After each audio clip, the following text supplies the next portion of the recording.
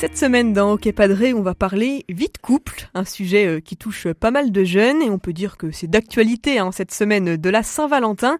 Mais c'est pas toujours facile quand on est catho de rencontrer quelqu'un qui partage les mêmes valeurs, ou alors on peut carrément tomber amoureux, se mettre en couple avec quelqu'un qui est aux opposés de ce qu'on peut penser.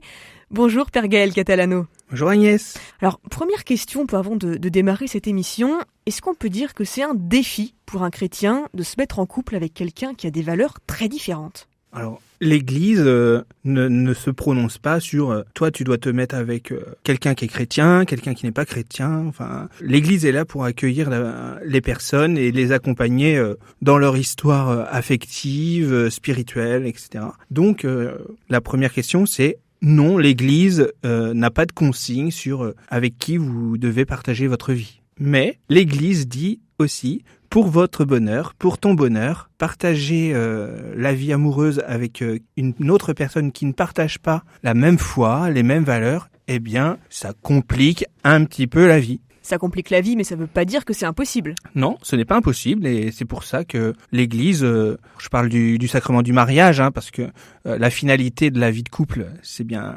de vivre dans le sacrement du mariage.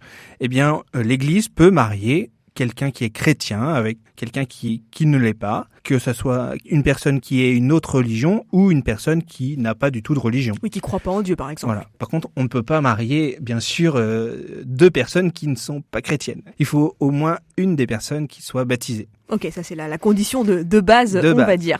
Mais là, c'est vrai que quand on a fini ses études ou quoi, on peut commencer un peu à penser au mariage, mais globalement, quand on est fin d'adolescence, début d'année étudiante, on est plutôt à penser à se mettre en couple, à essayer de rencontrer la bonne personne. Si on tombe amoureux ou amoureuse de quelqu'un qui est pas du tout comme nous, quelle attitude faut adopter, Père Gaël ? Eh bien, la première chose, c'est de se réjouir que le Seigneur a mis dans son cœur des sentiments d'amour pour une autre personne. Dieu n'aime pas que les chrétiens. Dieu aime tous les hommes et toutes les femmes qui sont sur terre. Et donc, si vous aimez une personne qui ne partage pas vos convictions religieuses, dites-vous que vous aimez cette personne un petit peu de la manière dont Dieu l'aime aussi. Vous ne pouvez pas vous reprocher d'aimer une autre personne. Après, quand on se met en couple avec quelqu'un, l'Église, entre guillemets, elle dit quoi ? Est-ce qu'elle donne quand même quelques petits tips, quelques petits conseils pour sentir si c'est la bonne personne ou pas ? Alors, sur la question plus spécifiquement de la foi, il faut y réfléchir. Est-ce déjà, pour vous-même, en fait, c'est peut-être l'occasion, quand on rencontre quelqu'un, quand on fait une rencontre amoureuse, de refaire le point sur soi-même. Parce que dans une relation amoureuse, on se donne à l'autre, alors intellectuellement, affectivement, voilà, on se donne à l'autre. Et donc, pour se donner, il faut être un peu au clair aussi avec qui on est. Et donc, au niveau de la foi, peut-être faire le point. Est-ce que je suis chrétien ? Qu'est-ce que ça veut dire pour moi être chrétien ? Est-ce que ma pratique de ma foi en tant que célibataire, est-ce que je vais pouvoir garder cette pratique en tant que couple ? Est-ce que si ma relation au Christ, quand on est chrétien, est très importante, est-ce que ce lien intime avec le Christ, est-ce que je vais pouvoir le garder avec tel ou tel compagnon ou compagne ? Ou alors on va me demander de sacrifier cette relation pour pouvoir vivre ma vie de couple. Si je suis quelqu'un qui est habitué à vivre des sacrements, c'est-à-dire d'aller à la messe le dimanche, est-ce que je vais être tiraillé entre une matinée avec mon amoureux, mon amoureuse, ou je vais pouvoir aller à la messe ? Alors si c'est quelqu'un qui partage nos convictions, ce sont des lieux où on peut aussi nourrir cette vie de couple. Et déjà, s'habituer à mettre Dieu dans notre vie amoureuse. Dieu, il n'est pas là seulement 1 heure à la messe dans la semaine. Dieu, il veut partager toute notre vie et pas seulement les malheurs, mais aussi les bonheurs. Donc, en faire un compagnon de route de notre vie de couple, c'est important. C'est pas forcément évident d'arriver à concilier comme ça une relation avec quelqu'un qui croit pas du tout en Dieu, par exemple, et puis ses engagements ou ses croyances chrétiennes. Comment est-ce qu'on fait pour essayer de pas froisser, mais en même temps de faire comprendre à l'autre que Jésus, c'est important ?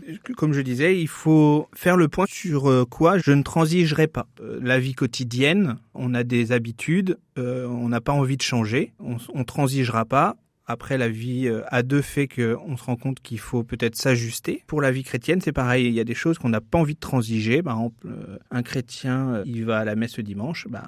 est-ce que je serais prêt, en tant que couple, à laisser mon compagnon rester à la maison et puis moi, aller à la messe le dimanche matin ? Ou ça va être trop dur et finalement, je vais céder. Et à l'inverse, est-ce que elle ou lui, qui ne partage pas mes convictions, est prêt, une fois de temps en temps, à découvrir ce que je vis ?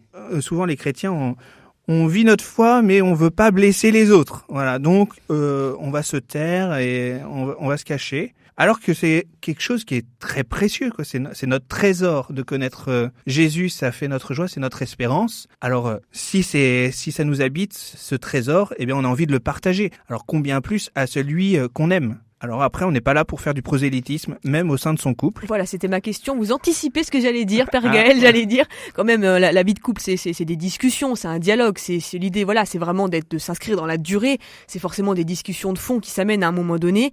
En tant que chrétien, que catho, comment est-ce qu'il faut se positionner par rapport à celui ou celle qu'on aime, justement ? Toujours dans l'amour. À la fois, il faut respecter les convictions de l'autre. Donc ne pas lui imposer nos habitudes de foi. Mais à l'inverse, eh bien, cette exigence doit aussi s'exercer pour le conjoint. C'est-à-dire que lui aussi, s'il vous aime, c'est-à-dire tous les aspects de votre vie, les sports que vous aimez, vos études, voilà, votre caractère, vos défauts aussi, eh bien, il doit aussi aimer le fait que vous avez cette foi en Dieu et qu'elle fait partie de vous. Alors après, on peut être en couple soit avec quelqu'un qui partage une autre confession chrétienne. C'est plus simple, avec quelqu'un qui est protestant, évangélique, orthodoxe, etc. Après, on peut être en couple avec quelqu'un qui partage une autre religion. Le plus courant dans notre pays, c'est rencontrer un musulman ou quelqu'un de juif, par exemple. Alors là, ça peut être plus compliqué parce que on n'a pas la même vision de Dieu. Et si les deux personnes sont convaincues chacune de leur côté, ça peut risquer des discussions tendues. J'écoutais un influenceur chrétien ou musulman, j'ai été regarder de chaque côté, et les influenceurs de chaque religion déconseillaient de se mettre en couple avec quelqu'un qui ne partageait pas sa foi. Ça veut dire que parfois, dans certains cas, Père Gaël, évidemment, on a des super exemples de couples comme ça qui ont réussi à s'entendre, à dialoguer tout au long de leur vie. Mais est-ce que ça peut paraître un peu, je dirais, un obstacle pour construire dans la durée ou pas ? C'est ça, il faut essayer de voir à long terme.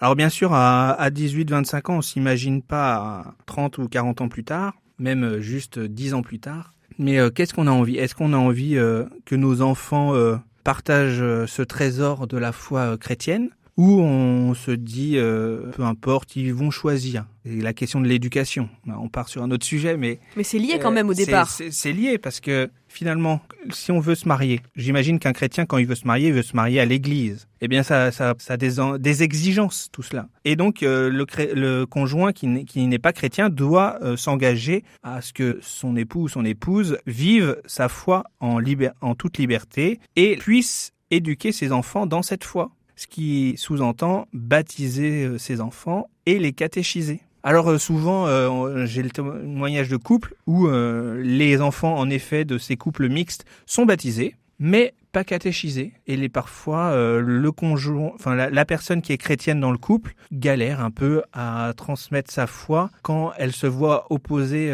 un refus de son enfant. J'arrive en 6e, non, je vais pas faire ma profession de foi. Eh bien, la personne chrétienne, elle se trouve un peu démunie parce qu'elle n'a pas d'appui auprès de son conjoint ou de sa conjointe. Et donc, il y a quelque chose qui est plus difficile. Donc, c'est un vrai parcours exigeant, en tout cas dans l'optique d'éduquer des enfants.